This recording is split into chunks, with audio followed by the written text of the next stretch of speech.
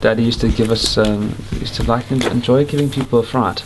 And I think he once joked, he says he did it because then the kids would sleep closer to him at night. Often when people hear your surname, you can see in their face they're wondering, because obviously there's like a lot of Barnards, not always related.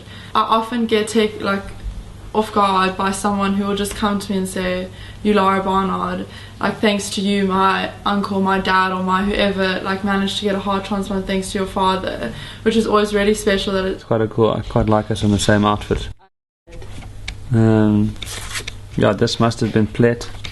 We had a house there. I have very vivid memories of that time as well. I mean, if we weren't in the Karoo, we'd be in Plet. The farm was outside, just outside Beaufort, closer to Richmond, about an hour outside of Richmond. For me, that was everything. So much of growing up for me was there. I even got tattoos to represent that period in life. I've got a few I've dedicated to my father, to be honest. But we were speaking about the farm. This is actually just a kudu skull. I mean, apart from it being quite a beautiful animal in general, there was a kudu skull at the entrance of the farm on the gate, the opening gate. That's such a big memory of growing up in the Karoo. Is when you go between different camps. You have to hop out, go open the gate, let the car through. Very scary for a 8-year-old kid at night. Once the car goes through, then it's just the red light shining.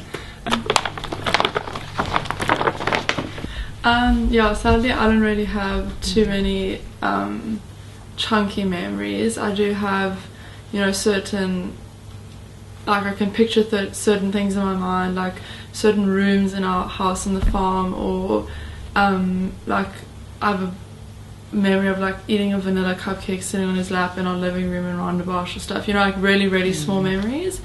But my mom does really well, and my brothers does really well in keeping them alive for me. If I eat certain food, my mom will say, "Oh my gosh, your dad used to love this food." I was 10 years old and learning about a particular kind of poetry. It was a poem. It's quite a long one, but there's a line where they speak about footprints in the sands of time. And I still remember him once saying to me, "Do you understand that?" I very vividly have that memory of him speaking about that. And I don't think there's many 10-year-olds getting a poetry lesson from their father, or lessons about footprints in the sands of time.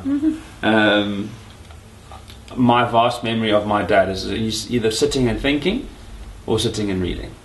I remember, and then the couch would sort of have a dent where that process took place.